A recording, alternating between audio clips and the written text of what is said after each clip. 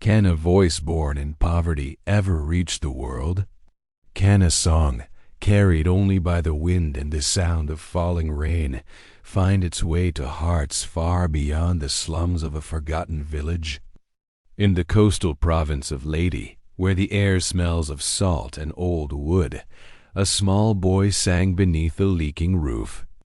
His name was Dio Cruz, only 12 years old, as thin as a bamboo pole, his eyes deep with a quiet sadness that felt far older than his years. The night was heavy with rain, soft at first, then hot enough to drown the noise of hunger in their small home. The roof dripped endlessly, with buckets lined up like broken soldiers. His mother, Lisa, sat beside a dim kerosene lamp, mending a torn school uniform. Her fingers trembled, her eyes tired but kind. Dio didn't sing for applause. He sang because silence hurt too much. He sang to fill the cracks in their life, the nights when rice was only a dream, when the sea refused to give fish, when hope seemed too expensive to keep. Each note carried the ache of the waves, the whisper of their struggles, and the hidden strength of his mother's prayers. Outside, neighbors paused to listen. Even the rain seemed to quiet down, as if to let the boy's voice speak. Somewhere nearby, a young fisherman held up an old phone and began to record. He didn't plan to share it. He just wanted to keep that voice, that moment, as proof that beauty could live even in hardship. Inside the hut, Dio finished his song, tears clinging to his lashes. His voice cracked on the final note, not from weakness, but from truth. In that fragile sound, the universe seemed to pause. And though neither Dio nor his mother knew it yet, that one trembling song beneath the rain was about to cross oceans and change their lives forever.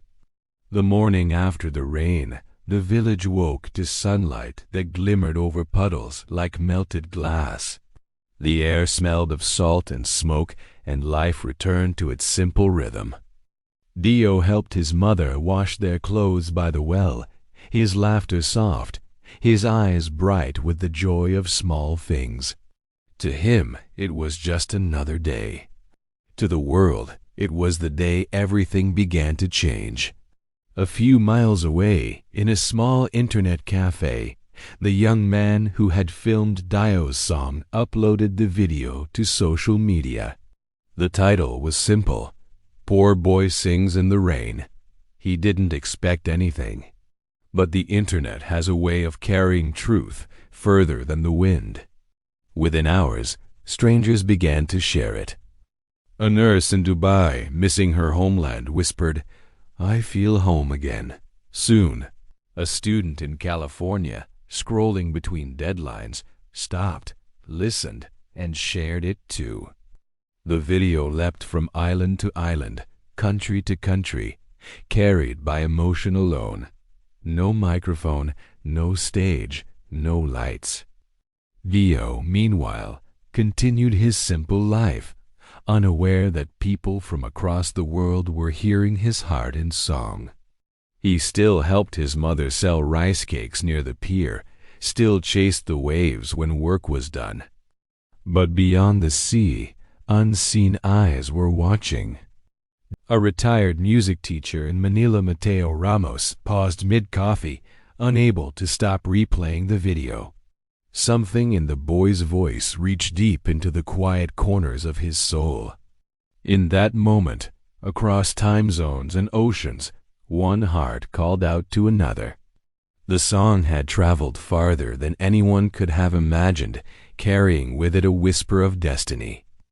Days passed quietly after the storm, but the world outside their small village began to move in ways Dio could never imagine.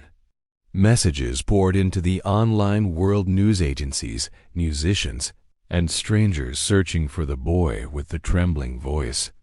His song had become a river of emotion flowing across continents. To him, life was the same, waking at dawn, helping his mother at the market, and singing softly as he carried baskets of fish. Then, one humid afternoon, a knock echoed on the wooden door of their hut. Outside stood an elderly man, his shirt neatly pressed, a weathered guitar slung over his shoulder. His eyes were calm, yet heavy with stories untold. His name was Mateo Ramos. Years ago, he had been a music teacher in the city, training young voices for grand stages. But after his wife's passing, the melody of his own life had fallen silent. He retired, closed his piano, and tried to forget. Until, one night, he heard a voice that shattered his quiet world. That voice belonged to Dio. Now, standing at the door, Mateo introduced himself softly. He had traveled far, crossing ferries and long roads, carrying only his guitar and a letter of invitation from a music foundation in Manila. He wanted to meet the boy who had reminded him what music truly meant. Liza's eyes glistened. She didn't understand why a man from the city would come for her son. But when she looked at Mateo's gentle face, she saw sincerity, not pity. Mateo knelt before him, smiled faintly, and placed his hand over his heart. No words, just gratitude. In that small moment, under the dim light of their humble home, something sacred passed between them, a spark of faith. Weeks turned into months, and the world around Dio began to change. Mateo stayed in the village for a while, teaching him beneath the mango tree near the shore. There, the sound of the sea became their orchestra. Each morning, Dio's voice grew stronger, clearer, more alive.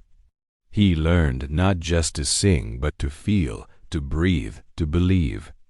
Liza watched from afar, her heart torn between pride and fear.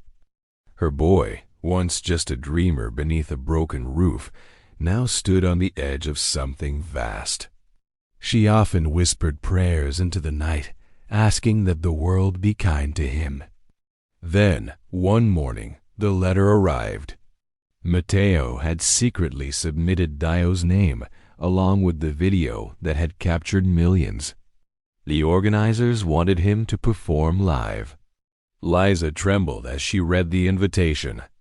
The city felt like another universe, loud, distant, unforgiving. But when she looked at her son, she saw the same spark she once carried in her youth. Before poverty had quieted her dreams, she nodded through tears. "Go," her heart whispered. Days later, Dio stood backstage in a grand auditorium in Manila. The stage lights burned like tiny suns. The crowd was a sea of faces. He wore a simple white shirt and borrowed pants, his shoes still carrying dust from his village road. When his name was called, he stepped forward slowly. He closed his eyes, took a breath, and remembered the sound of the rain, the roof leaking, his mother sewing, the night his heart first spoke through music. Then he sang.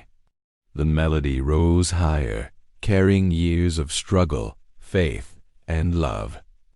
The audience fell silent. Some wept openly, holding hands, unable to explain what they felt. Even the judges, polished, poised, lowered their eyes. They weren't listening to a contestant. They were witnessing truth.